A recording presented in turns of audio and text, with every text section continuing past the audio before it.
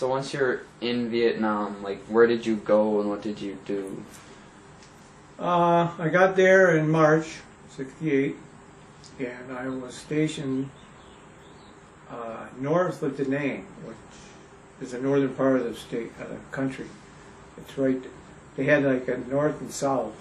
We were 6 miles from, they call it DMZ zone, McNamara's wire, which was the north and the south divide. We were on the north of Da Nang was the Qua Viet River. We were at the mouth of the Qua Viet River, which is about 10 miles from Da Nang, 10, 11 miles, something like that, and all river traffic. And that's what we did. Mostly patrolled the river, and we carried troops to villages.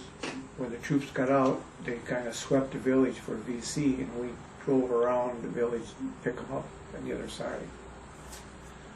And then once a week, this was cool, twice a week, we had to take a hot meal up to the recon, which were right on the DMZ, right?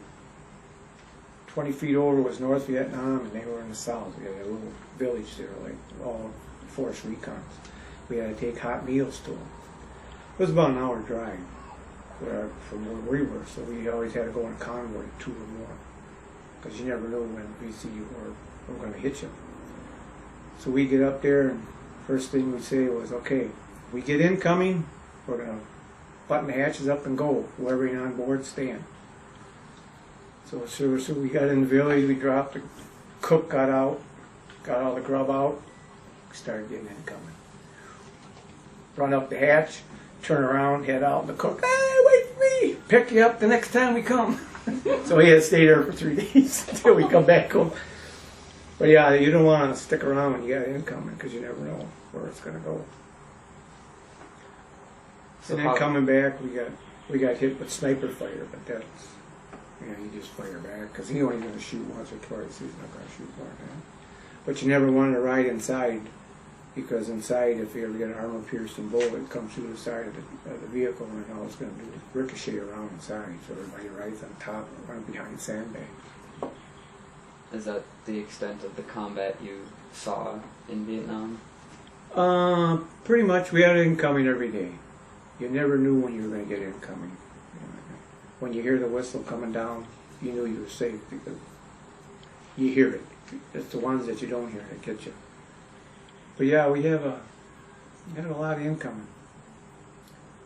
We had one guy, all he wanted to do was go out and get wounded, because if he got wounded, he got a Purple Heart.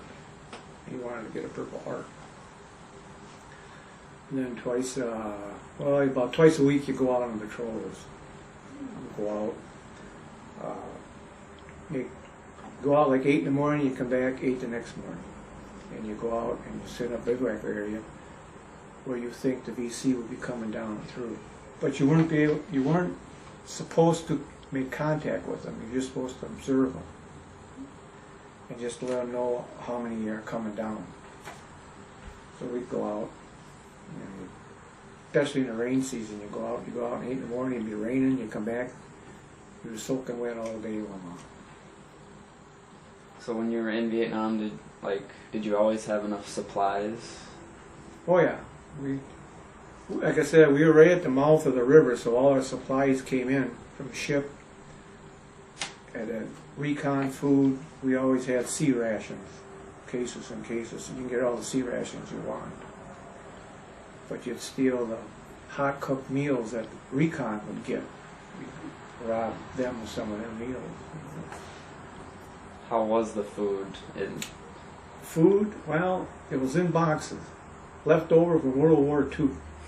That's what you got to eat.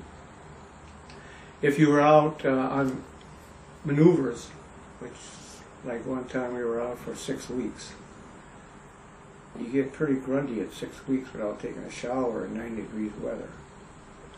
So the only chance you got to take a bath, you go down the river and jump in. Or when you come back, one time I come back and we got set up a big 55-gallon drum, and we heated that, and that's how you got a shower. So we just come off maneuvers, and I was in there taking a shower, and we got incoming. So you run naked to the nearest bunker. And you get a little harassed for that. At least you're dirty and not dead.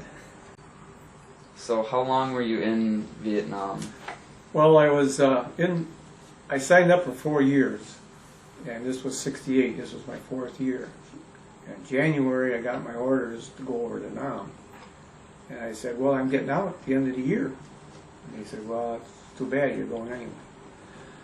So I got over there and went through, all the everyday routine. Well, I could tell you one time too, we built these bunkers, they're called. Because when you get over there, they give you a hooch, or just above ground. And we get incoming coming, all the shrapnel can go through this. So a lot of the guys, we just built these bunkers right behind our hooches, because there's a lot of sand right on the beaches. And if you build it 4 sandbags high, or 4 sandbags deep, and 4 sandbags thick there, it'll take a 106 round direct without hurting it. And a good thing we did, because we did get a direct hit. We had income one time, and boy, talk about eardrum and pierce. And really go deaf. But anyway, in '68 there, I remember it was September, when we were in this real small core bunker. We were getting incoming, and the recruiter was there. He had the paper, says, you want to sign up for another couple of years, you get a $5,000 bonus. I said, really? Are you kidding me? I said, no, I don't think so. Tried to talk me into, you want to serve your country. He said, I just did. I did serve. I served 4 years. So then I had to sign a waiver, and when I did come back to the States, I had to get out. I couldn't change my mind. So once you were done in Vietnam, like how did the whole process go after you got home? It was, I never had any, retaliations or anything like that looking down. I just went back to civilian life. So it was a pretty easy transition. Yeah, it wasn't a bad transition. So what did you go into after you got back then? Well, before I went in, I worked at a Twin Town Box paper company. And when you go in service, they hold a space for you. So when I got out of the service, I just went back there, and they had to take me back. So I went there, and then I went to Horner Waldorf. And then the post office had a position opening, so I went there. And I got in the post office as a mechanic, a garageman.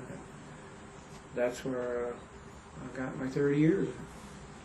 So as you now look back and have seen like the more recent wars too, like how do you see the differences or similarities between them?